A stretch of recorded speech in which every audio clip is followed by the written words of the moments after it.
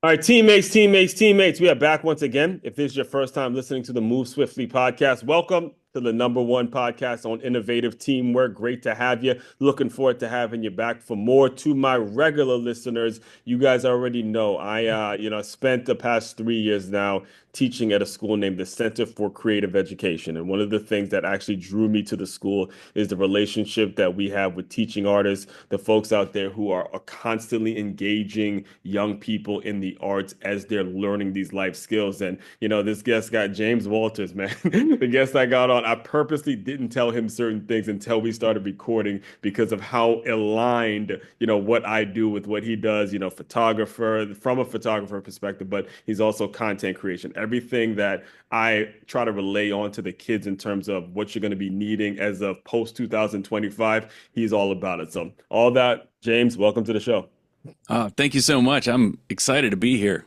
Yeah, so just give us kind of your background story about where it all started, because one of the things that I know from a personal perspective, especially having a name like Aswan Crookshank, as a Mm. creator, you kind of always have to be on the outside looking in. You're never really gonna fit in particularly to a certain clique because you're always thinking about certain things in a different way. And this started for me as a child. So, walk us through your background a little bit about, how school was for you and what it was like, what the journey was like in terms of becoming such a prolific creator. Yeah, I'm kind of I don't know if I'm the opposite of what you described in terms of creativity, but I was always a creative kid, but I was one of those at home that really liked to fly under the radar, which developed a set of skills for me that allowed me in school to kind of blend in with all the different groups. So I was hanging out a little bit with all the weird theater kids. I was hanging out with the really smart kids a little bit, just a little bit at a time. I would dip into their world, Right. and I was welcomed enough. And I had a bunch of friends who were into sports. I was never into sports. I didn't go to see their sports, but I just kind of could relate to everyone. If you're at all familiar with the Enneagram, I'm Hmm. the I'm the nine, which nines tend to take on traits of all the other different kinds of personalities depending on what they need to. And that's something that was just innate for me. Right. But it allowed me to, like I said, this theme of dipping into people's worlds for Hmm. just a little bit Right. started to build. And when I was in high school, I didn't like math so much. And I got That creative we on just how. actually we were just teaching a lesson. So we today we have a sub, but me and the sub were Okay. just teaching a lesson on math. And I was saying the same thing to listen. I have a college degree, but I had a one on my math entry test going All into right. college. And I told her, look, I don't like the idea of memorizing these equations. I like the idea of teaching math as it applies to something that they're actually gonna need to learn in life. So I don't feel so bad at all now that, I see what it is. But anyway, go ahead. Right. No, it's so when I was in high school, I started getting really creative on how to avoid taking the more advanced maths and the ones that were supposedly required, but I figured out a way to skip like algebra 2 and some of those things by taking a photography class. It counted as a science. I got you. I got you. That Right. that got me in the dark room as Hmm. a junior in high school. And then I was like, man, I really kind of like this. I could create my own world Yeah. through the lens, and then I could figure out how am I going to display that, through the dark room. And back Hmm. then it was all film. And then the next year rolled around and I had to figure out how to swap another credit. And so I figured out how to go to the community college, even though I was in high school, and I could take another photography class, which Hmm. counted against another math class. So it all that is to say, I fell in love with photography, being able to tell people stories, but also create little worlds Hmm. there. Went Hmm. to college for it, learned a lot of math that relates to Right. photography. Like you said, if it can be applied, I'm there for it. So you sort of already mentioned this though, because as you're coming up, I would imagine there's no social media. I would Yeah. imagine there's no, online, these pics online, and there's no AI, there's no people now generating their own photos. Walk us through the journey in which you've had to actually take and some of the adjustments that you've had to take as technology has increased and become more efficient or less efficient, however it is. Walk us through how you were able to adapt to those changes. Yeah, it's it's funny because at the very beginning of my career, there was a massive change going on already. So when I was in college, I was working on Photoshop like 2.0. That was in the mid 90s. Yeah, that And was that like a Mac program or something?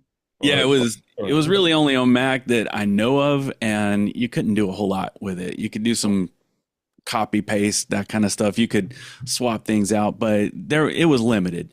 right. And when I went to work, I went to school for commercial photography. So I went to work in some really big commercial studios right after college. And the cool thing was it was that transition from film to digital. Yeah. And we were, the film, we were still shooting film, Mhm. and we were still trying to convince clients to come with us on this journey. We had these digital cameras, and a lot of clients were like, "Oh, I'm scared of it," and that was kind of the wild west of digital, where you had to figure things out. You didn't really have a YouTube you could go to and learn how it worked. You were learning in real time. Right. And it's kind of the same, which is why I'm excited. I'm not daunted about AI and all this stuff. Every time a new thing comes out, I'm like, oh, this is so cool. Hmm. And I think that goes back to 30 years ago. There was a huge shift. And I personally saw a lot of photographers when I was 20. I Hmm. saw a lot of guys who were my age now, they were in their 50s, and they were retiring from the game because they did not want to learn Right. this new digital thing. And I Mhm. was like, wow, okay, okay, that's cool. So I saw it as an opening for myself because Right. I was willing Yeah, to learn. I have a lot of experience with photographers. My dad, he ran his own architectural company for years, and he would had this big digital camera that was around the house. I remember I would actually take pictures with the camera. He would actually go out, look at properties and do a lot of the work in the creative space. And I look at myself as someone that was blessed enough to see someone that was able to turn it into a business, and it wasn't just a hobby for him. Even to this day, some of the people that I've been blessed enough to actually have on the show were able to figure out how they were going to niche down and turn it into a business. Some folks, focus only on weddings. Some folks only focus on sports photography. What would you say was like your thing when you decided? I know you mentioned commercial and stuff like that, but what was your thing to say, this is going to be the clients I'm serving because I know this group of people is going to be the ones that can ultimately turn my business, my dream of running this business into an actual business? Yeah, and that comes back to the I'll just backtrack. The thing I've always loved about photography is there are so many businesses that are an opportunity within photography. If everyone could afford it, they do it. They would definitely pay for Yeah. it. Yeah, and the thing is, I started out in commercial because I was young and I wanted to learn how that side of the world worked, and I loved creating things right in front of the camera. So day in, day out, and at that point, I wasn't didn't have a business for myself. It was a 9 to 5. I worked for a huge studio. It was like a little mini Hollywood. We had different room sets, and we had carpenters and painters and people who would come and put these things together, then interior designers who would make the Mhm. room look amazing. I would go in there and light it Right. and I would photograph it. And I loved working with the clients because I would go to the same place every day Mhm. and I would tell different stories for different companies. Sometimes they were trying to sell just hardware, like for a hardware store. Sometimes it was lingerie for people who made that. And sometimes it was jeans. Sometimes it was race car drivers with their race car because I'm in North Carolina and Charlotte, is a big Right. Yeah. NASCAR place. Yeah. So it was different every day. And I loved that, but I was going to the same place. And after about 10 years, I was like, I'm ready for a different adventure. Mhm. Sometimes I photographed people, but that wasn't most of what I did. So what I decided to do is I decided I was going to jump into my own business. I Mhm. was going to photograph weddings. And that was right around 2004 when two things were happening. Digital cameras were getting small enough and they were getting affordable enough to where I could get one myself, didn't have to rely on the company paying for it. Mhm. And I could take it to a photo shoot without it being tethered to a computer. Right. And the combination of those two, well, combination of that plus weddings were, people were starting to lighten up on the style. People were more going toward the style that was a little more fashionable, things they saw in magazines, and Right. it was less of the stiff, just one person standing beside the other smiling like you did back in the 80s or whatever. Right. So with the combination of those two things, I started getting fascinated with the whole wedding thing because now I was going to different places and I was telling the same story. Instead of like in my studio days, I was going to the same place, I was telling different stories for different clients. Right.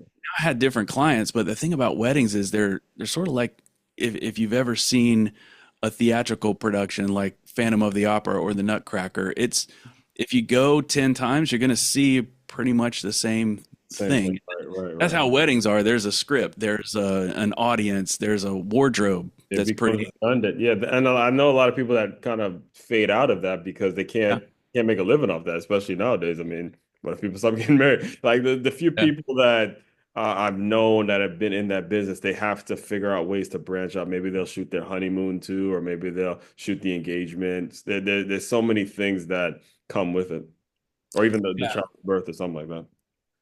Yeah, and for 15 years, I specialized in nothing but shooting weddings, and I definitely got the timing right. You know, that wasn't anything that I can claim, oh, I did all this stuff right. Sometimes you're just at the right place in the right time. And I Exactly. was definitely that, you know, like from 2020, yeah, 2004 to like 2014 were the big years. And Right. then it's kind of tapered off and I've gotten much more, I'm kind of going back where I started and getting a lot more into branding, but I love working with creative entrepreneurs now. Yeah. And that's And actually where I wanted to, and I'm glad you brought that up because, like I yeah, mentioned, the school that I'm out here in West Palm Beach, and the school that we teach at, we're closely really monitoring the kids' reading scores, and we try our best to reinforce that. If you had, like, if anybody's listening and you wanted to kind of convey this idea, this concept in terms of teaching creativity to the young people, where would you start them? Like, where would you tell a young person to start that sees you and is inspired by the fact that you're able to do this for a living? yeah. Well, it's interesting you asked that question because I'm actually working on a project that does Mhm. exactly that. I'm working on a book with my daughter.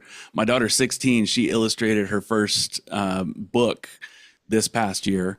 No And kidding. Are you yeah, like full blown like what kind of book?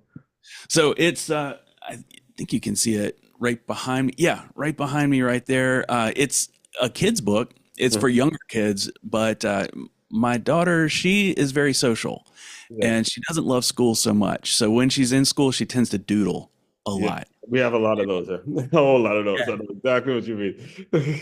Yeah, well, what she decided to do, and luckily her mom had the vision. She saw some of these doodles and was like, "We should do something with that." Hmm. And so my daughter created an ABC book, and all of these this called Micro Monsters, and so she just doodled these cool little monsters and named them with all the different letters of the alphabet, and just made up a few things Right. that was pertinent to that doodle. Right. And so now we're working on the second project, which is I'm going to be teaching a summer camp Hmm. this June, and it's going to be to kids from third grade to eighth grade. And we're going to be talking about the power of story and being able to tell stories both with words, but also pictures. Yes. Yeah. And so I think that is huge. And that sets off all sort of creative lights in people when they start thinking about stories. Well, I'm glad you brought that up because that's what sticks, folks. All right. Anybody listening, I know the majority of folks out there who listen to the show are business owners. And it's important for you as a business owner to take this information in because the need for you to stay creative is incredibly important with all the competition out there. And the way you're able to articulate your story is something that's going to be so incredibly important because you're going to have to do it in so many ways. If you're going to fight for that client, if you're going to fight for that customer, they got to hear your story virtually. They got to hear your story visually. They got to hear your story in the written format. They got to hear your story through a picture. They got to hear your story through word of mouth. Your story has got to be the thing that actually spreads. And I'm bringing all of that up because, I think it's important that when you talk to kids about telling their story, it's painful for some of them. All right, I know for us personally, we deal with the students I'm talking about here. They have a lot of broken homes, and there were times in which I would have them maybe do some public speaking and open up, and some of them would be in tears just trying to get their story out, and I'd be encouraging them, hey, no, tell it, because the easier and easier you're able to tell it. I'm not gonna say it's gonna just be easy, but the more you're able to tell that story, the more authentic you're gonna become. So as you are like building out this platform, how do you address the people that say, hey, I don't want to tell my story. I just want to get my job. I just want to do what I'm told. But telling that story is kind of scary to me, and just the idea of it is kind of scary to them. Yeah, I work through that with a lot of people a lot, and I've even got a podcast now. It's called A Joyful Rebellion, and Yeah, I saw that, that's right. yeah, that's really what it's all about, is helping people understand why it's so important to tell their stories. But I don't say that to them. I bring them along the journey with me, and so I talk to a lot of people who have been through their own, what I call joyful rebellion. It's is when you get to a point in your life, and it can happen at a lot of different ages. It tends to happen kind of after 35, and like between 35 and 50 for a lot of people, but sometimes it happens like right after college. You get that job and you're like, "Ugh, is this what life's about?" And 19, so actually, for me, I tore my ACL and I was 19 years old, and yeah, that was an absolute eye opener. yeah, and it's about that time in life when you think you've done everything right. You did everything your parents told you to do to have a great life and to be happy, and everything society told you to do to be successful. And outwardly, you look successful, but inside, you're like, ugh. I Exactly. feel like I could be getting more life out of life. So Right. I talk to people like that every single week. And it's so fun because those people's stories resonate so much with people that I talk to day in and day out, just regular, like my friends, my family. And they're Right. like, oh yeah, that one person that really spoke to me, because I talk to so many people who are kind of waiting to do something. They're waiting to write that book. They're waiting to tell their story. And is like you said, they just don't know quite how to, or they can't get out of their own way Yeah. and realize that they're important enough to share their story with other people. And the thing that is most profound when I talk to people is they don't realize how much they can help others by telling their story. They think they're just being, the trying to be the center of attention, Mhm. when actually I'm like, no, it's not so much everybody look at you. It's more like, hey, let me tell you my story so maybe you can learn something from it. Maybe we can relate a little bit better and connect on a human level. And when I Right. say it like that, they're like, oh, I never really thought about it like that. I just Yeah. thought I was being selfish by hogging all the attention if I tried to tell my story. And I've heard it said it's actually the opposite to not tell the story. I mean, I remember actually there was a clip. This was back when Clubhouse. I'd be on Clubhouse regularly, and there was a young man who came and stepped on the mic and was like, "Man, I got this thing that I want that's burning, but I don't know if I should put the book out." And I immediately responded and said, "How would you feel if you didn't put it out? Like, how Yeah. would you feel if you didn't put this thing out that you were so passionate about every single night, wondering what it could have been, what it was all about?" So I will re-emphasize that to anybody that has a story, has something that they want to express, and you're waiting and you're waiting and you're waiting and you're waiting. Just think about what it's gonna feel like if it's not out there and you didn't give it your all, and you just never would know. It would absolutely eat you inside if it's not out there. So I do want to be very respectful of your time, and you already sort of mentioned this, but can you speak a little bit about, what's next? If people want to get in touch with you, how can they reach out? No, you already mentioned the camp. That I mean, listen, that would be awesome if you can get it out here in Florida. If we can, if we can collaborate on anything like that. So, kind of speak to people about what's coming down the pipeline. Yeah, what's going on with me is I've got several different projects in the works. I just wrapped up a book back in November, actually. So it was a couple months ago. And it was my first coffee table book. So I've written a book before that, but it had no pictures in it. It was really just a memoir. Oh, man, I love those, man, those coffee table, because you never Yeah. like you just get mesmerized by the photos. Yeah, and this one was really different for me because in my professional life, I've photographed people every day in, day out. This book has no people in it at all. It's Mhm, called Meditations of the Mundane.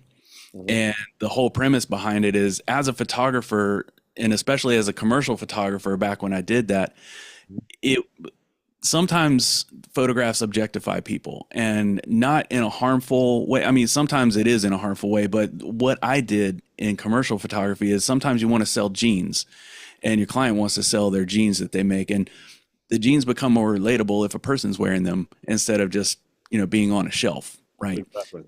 And so we hire a model, and we don't really care about that model's name. We don't care about their story. We just want them to wear the jeans and look good and represent the brand.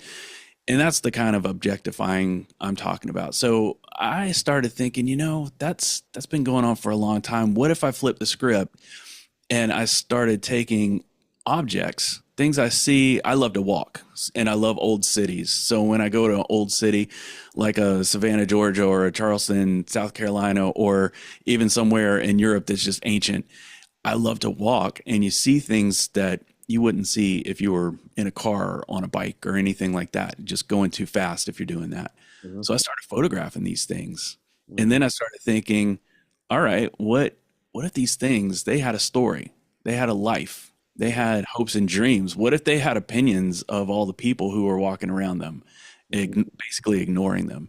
And so for every photo, I started writing a little story Hmm. that went along with it. And once I got up to about 90, I was like, man, I can't do this anymore. So I just compiled it all, made a book, Right. and got that out of my system. So to Yeah, answer the I mean, yeah, question, that's awesome. I mean, the process is amazing.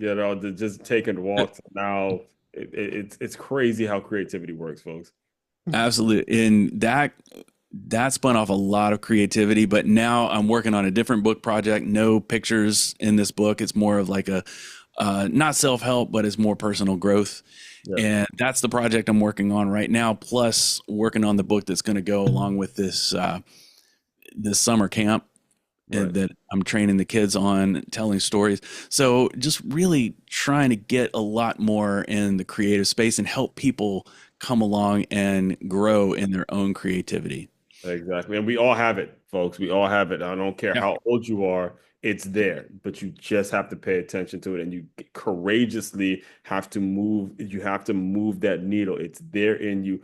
Every single person has that creative niche that they want to get out, but too often does the world tell you to move the opposite direction. It is there. Just dig a little deeper. I remember actually hiring a coach, and we were coming up with like slogans and ideas. He goes, go a little deeper, Aswan. Just go a little deeper. Everyone's talking mindset, but you got to be the move swiftly guy. You got to do something that's going to catch somebody's attention and absolutely hit that home run. So, all that being said, how can people get in touch with you if they want to hear more? Where Oh do you yeah. want to send them?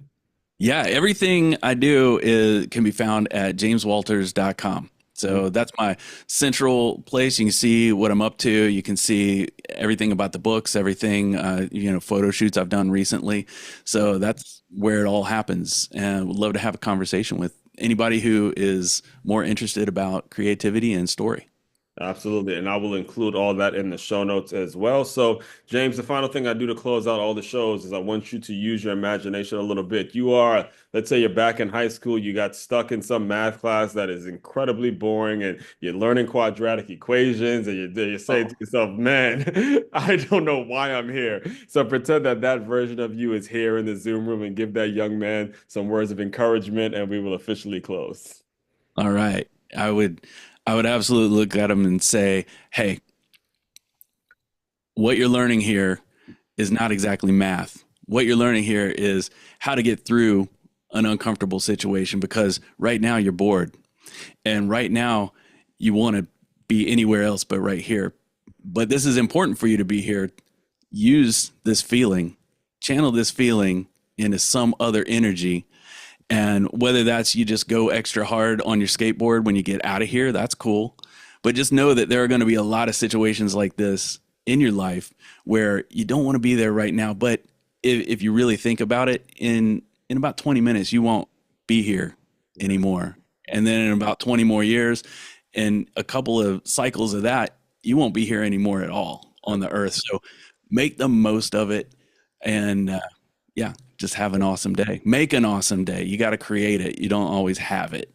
That is so awesome. I mean, you took me back to my math classes, and I remember how bored I was, and remember not wanting to ever feel that way ever again because of how bored I was during those times. And when you talk about really holding on to that feeling of uncomfort, you know now when it comes up as an adult, I want nothing to do with that. I'm moving on. So, take that as the promise of this show, guys. Whatever the challenge is, whatever the obstacle is, this is why we're here. This is why the show is the number one show on innovative teamwork. So, all that being said, fellow teammates, continue to move swiftly. We will talk more soon. All right.